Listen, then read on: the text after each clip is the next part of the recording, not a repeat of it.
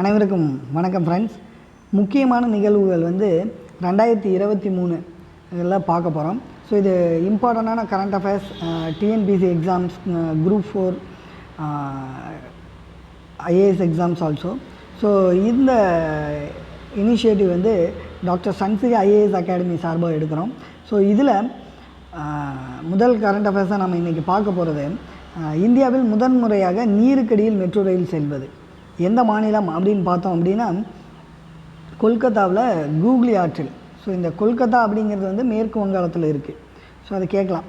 அடுத்தது உலக வானியல் அமைப்பு, வேர்ல்டு மீட்ரலாஜிக்கல் ஆர்கனைசேஷன். ஸோ இந்த அமைப்பை நடத்துகிற அமைப்பு எதுன்னு பார்த்தோம்னா யூஎன், யுனைடெட் நேஷன். இதுதான் வந்து ஏஜென்சி, இதோடைய ஏஜென்சி தான் இதை அமைப்பை தொடங்கியது. எப்போன்னு பார்த்தோம்னா 1950. இதோடைய தலைமையிடம் எங்கே இருக்குது அப்படின்னா ஜெனீவா, சுவிட்சர்லாந்தில் இருக்குது. ஸோ உலக வானியல் அமைப்பு தினம் எப்போ கொண்டாடுறாங்க அப்படின்னா 23 மார்ச் அப்போ தான் கொண்டாடுறாங்க. ஸோ இது போதுமானது. அடுத்ததாக புதிய பாராளுமன்ற கட்டிடம் 2023 ஓப்பன் பண்ணியிருக்காங்க. இந்த கட்டிடம் பார்த்திங்கன்னா மயில் போன்ற அமைப்பில், மயில் தோகை எப்படி மயில் போன்ற அமைப்பில் இருக்குது அப்படின்னு சொல்லியிருக்காங்க. இதை கட்டியவர் வந்து பிஸ்மல் பட்டேல் அப்படிங்கிறவர் தான் இதை கட்டியிருக்காரு. ஸோ இது மொத்தமாக எவ்வளோ ஸ்கொயர் ஃபீட்டில் இருக்குது அப்படின்னா 64,500 சென்டிமீட்டர் ஸ்கொயர் ஃபீட்டில் அமைஞ்சிருக்கான். ஸோ இது வந்து முக்கோண வடிவில் இந்த கட்டடம் இருக்கும். இதில் வந்து பார்த்திங்கன்னா 4 அடுக்கு இருக்கும் அப்படின்னு சொல்கிறாங்க. ஸோ இந்த தேசிய பறவை மயிலை பிரதிபலிப்பது போல் இந்த கட்டடத்தோட வெளிப்புற அமைப்பு இருக்கும் அப்படின்னு சொல்கிறாங்க. ஸோ இந்த கட்டிடம் எப்பொழுது திறக்கப்படுதுன்னா May 28, 2023 லாஸ்ட் இயர் திறந்தாங்க. ஸோ இதோடைய ப்ராஜெக்ட் யார் அப்படின்னா, இதை யார் ப்ராஜெக்ட் எடுத்து பண்ணாங்கன்னா டாட்டா தான் இதோடைய ப்ராஜெக்ட் பண்ணியிருக்காங்க. 1200 கோடி செலவில் பண்ணியிருக்காங்க. ஸோ இதில் பார்த்திங்கன்னா மொத்த சீட்டிங் கெப்பாசிட்டிஸ் சொல்லியிருக்காங்க. 1272 சீட்டிங் கெப்பாசிட்டி இருக்குது. அது லோக்சபாவுக்கு 880 சீட்டிங் கெப்பாசிட்டியும் 362 சீட்டிங் கெப்பாசிட்டி வந்து ராஜ்யசபாவிலையும் இருக்குது அப்படின்னு சொல்லியிருக்காங்க. ஸோ இது கேட்குறதுக்கு வாய்ப்புகள் இருக்குது. அடுத்தது ஓல்டு பாராளுமன்றம், பழைய பாராளுமன்றம் இருக்குது இல்லைங்களா, அதை பற்றி. ஸோ இது தற்போது என்னவா அறிவிச்சிருக்காங்கன்னா அருங்காட்சியகமாக அறிவிச்சிட்டாங்க. அடுத்து இது வந்து ஒரு 100 வருட பழமையான கட்டிடம். இந்த கட்டிடம் கட்டுவதற்கு வந்து 6 வருடம் ஆகிருக்கு. ஸோ இதோடைய செலவு அப்போ 85 லட்சம் ஆகிருக்கு. எப்போ கட்டினாங்க அப்படின்னா, எப்போ திறக்கப்பட்டாங்கன்னா 18th January 1927 இந்த கட்டிடம் திறந்திருக்காங்க. இதை திறந்து வைத்தவர் யாருன்னா லார்டு இர்வின் தான் திறந்திருக்கார். ஸோ அடுத்தது நிசார் செயற்கைக்கோள், அதாவது சேட்டலைட் பார்க்க போகிறோம். இந்த நிசார் அப்படிங்கிற இந்த செயற்கைக்கோள் வந்து நாசாவும் இஸ்ரோவும் இணைஞ்சு செயல்பட்டுருக்காங்க, இணைஞ்சு இதை உருவாக்கியிருக்காங்க.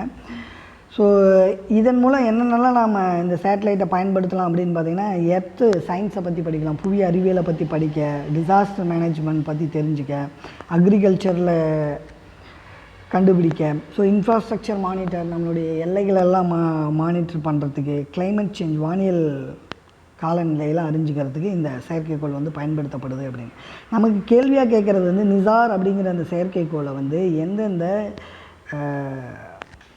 அமைப்பு வந்து சேர்ந்து இணைந்து பண்ணிச்சுன்னு கேட்பாங்க. நாசாவும் இஸ்ரோவும் அப்படின்னு சொல்லிட்டு நம்ம தெரிஞ்சிருந்தால் போதுமானது. ஸோ அடுத்ததாக பார்க்கலாம், தெப்பக்காடு யானைகள் முகாம். இது வந்து எந்த மாவட்டத்தில் இருக்குதுன்னா, அந்த தெப்பக்காடுங்கிறது நீலகிரி மாவட்டத்தில் இருக்குது. ஸோ பிரதமர் வந்து இந்த இடத்த விசிட் பண்ணியிருக்காரு. ஸோ இந்த தெப்பக்காடு ரொம்ப ஃபேமஸ்ஸு. எலிஃபண்ட் விஸ்ப்ராஸ் அப்படிங்கிற அந்த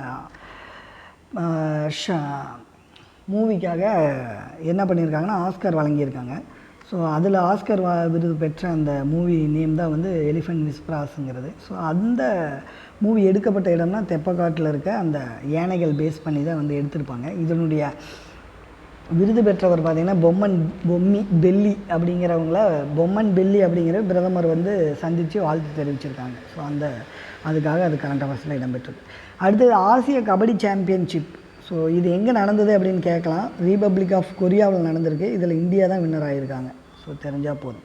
அடுத்ததாக டிஎன் ரீச்சுங்கிறது நமக்கு தமிழ்நாடு தொழில் வளர்ச்சி கழகம், டிக்கோ அப்படின்னு சொல்லுவாங்க. தொழில் வளர்ச்சி கழகம் டிக்கோங்கிறது வந்து ஹெலிகாப்டர் சேவையை வந்து தமிழ்நாடுல பிராந்தியம், அதாவது நகராட்சிக்கும் மாநகராட்சியும் இணைக்கிற விதமாக வந்து என்ன பண்ணலாம் அப்படின்னா, ஒரு 80 ஹெலிபேடுகளை வந்து உருவாக்கலாம் அப்படின்னு சொல்லிட்டு உருவாக்குறது தான் இந்த திட்டம்.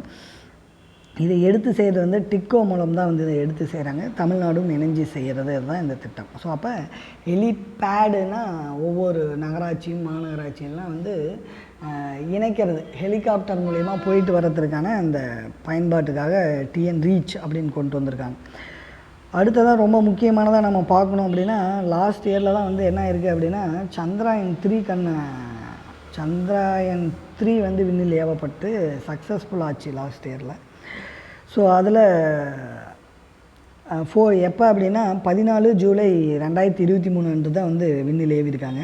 இதோட திட்ட இயக்குனராக பி வீர முத்துவேல் இருந்திருக்காரு. ஸோ அடுத்தது இது எந்த ராக்கெட் மூலம் விண்ணில் செலுத்தப்பட்டது அப்படின்னு கேட்கலாம். LVM-3 M4 ராக்கெட் மூலம் சதீஷ் தவான் விண்வெளி மையம் ஆந்திராவின் ஸ்ரீஹரிகோட்டாவிலிருந்து ஏவப்பட்டது. இந்த சேட்டலைட் வந்து ரொம்ப சிறப்பு அம்சமானது. சந்திராயனில் வந்து நிலவோட தென் துருவத்தில் இறங்கி சாதனை படைத்ததே வந்து இதுதான் முதல் சாதனையாக இது கருதுகிறாங்க. அப்போ சந்திராயன் 1 திட்ட இயக்குனர் யார் அப்படின்னு நம்ம தெரிஞ்சிருக்கணும். சந்திராயன் 1 திட்ட இயக்குனர் யாருன்னா மயில்சாமி அண்ணாதுரை அவர்கள். அது வந்து கொஞ்சம் தோல்வி அடைஞ்சிருச்சு. ஸோ அது வந்து நிலவில் தண்ணீர் இருப்பதை அறிந்து சொன்னது. அடுத்தது சந்திராயன் 2 அப்படிங்கிறதுல நம்மளை விக்ரம் லேண்டர் வந்து ப்ராப்ளம் ஆகி நம்மளால் விண்வெளி எட்டியும் நம்மளால் எந்த ஒரு இதுவும் பண்ண முடியாமல் போயிடுச்சு, தொடர்பு இல்லாமல் போயிடுச்சு. ஸோ அதோடைய திட்ட இயக்குனராக வனிதா முத்தையா இருந்திருக்காங்க.